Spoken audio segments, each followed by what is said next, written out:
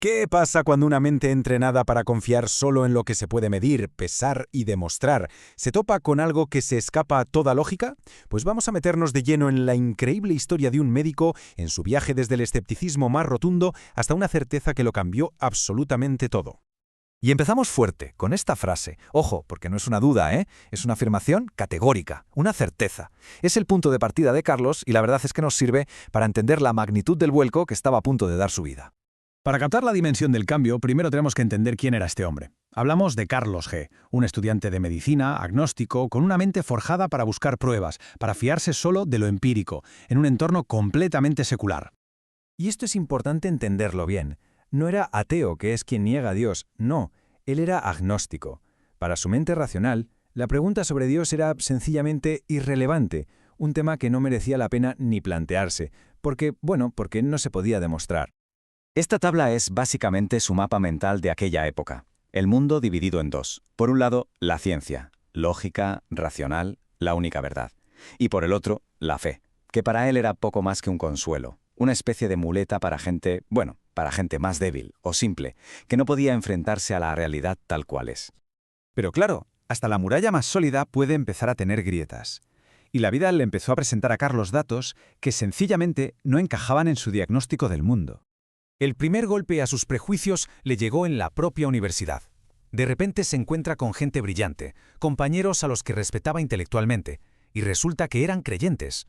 Y no solo eso, sino que transmitían una paz, una plenitud, que a él le descolocaba por completo. No cuadraba con su idea de que la fe era para los simples. Y si aquello fue una grieta, lo que vino después fue el terremoto. Un viaje que en principio no tenía nada que ver con la espiritualidad. Era una experiencia humana, en uno de los lugares más extremos del planeta. A ver, para que nos hagamos una idea, hay que pensar en esto. Durante casi toda la historia de la humanidad, el 99% de la gente ha vivido en unas condiciones de pobreza y sufrimiento que hoy en Occidente ni nos podemos imaginar.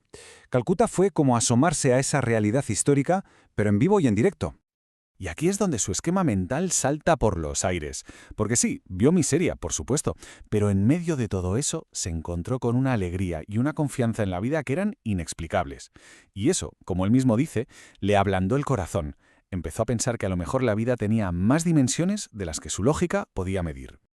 Con el corazón, digamos, un poco más abierto y los prejuicios tambaleándose, se encontró en una situación que jamás habría imaginado, en su primera misa. Y lo que pasó ahí dentro, bueno, es que se escapa a cualquier explicación convencional. Su mentalidad al entrar era la de un científico. Estaba ahí como un observador, como quien ve un documental de una tribu lejana. Cero implicación, solo curiosidad antropológica. Y de repente, en mitad de ese ritual, que para él no tenía sentido, algo irrumpe en su cabeza. No es una emoción, ni una idea que él elabora. Es una certeza intelectual, clara, rotunda, que se le impone. Esto es verdad. Inmediatamente después, como una consecuencia lógica de lo anterior, llega el segundo pensamiento, con una fuerza arrolladora. La hipótesis que siempre había descartado, la existencia de Dios, se le presenta de repente como un hecho evidente. Y por último, el remate. La culminación de esta revelación en 3 actos. La naturaleza de ese Dios no era algo abstracto o lejano, era sencillamente amor. Una idea que no solo entendió, sino que sintió que lo inundaba por completo. Él lo intenta describir con una comparación. Imagina la sensación de plenitud que puedes tener ante un paisaje increíble, algo que te deja sin aliento. Pues bien, lo que sintió fue eso, pero multiplicado por 100.000. Una paz y un amor tan intensos que lo desbordaron y le hicieron llorar sin poder parar. Entonces, claro, la pregunta del millón para un hombre de ciencia es: ¿qué ha pasado aquí? ¿Un cortocircuito en el cerebro? La neuroteología estudia precisamente esto. Y sí, por supuesto que puede identificar actividad cerebral, por ejemplo, en el lóbulo temporal. Una actividad, por cierto, muy parecida a la que se ven meditadores expertos, gente que practica mindfulness. ¿Pero eso explica la causa o solo describe el efecto? La gran pregunta sigue abierta. ¿El cerebro genera a Dios o es un receptor que percibe a Dios?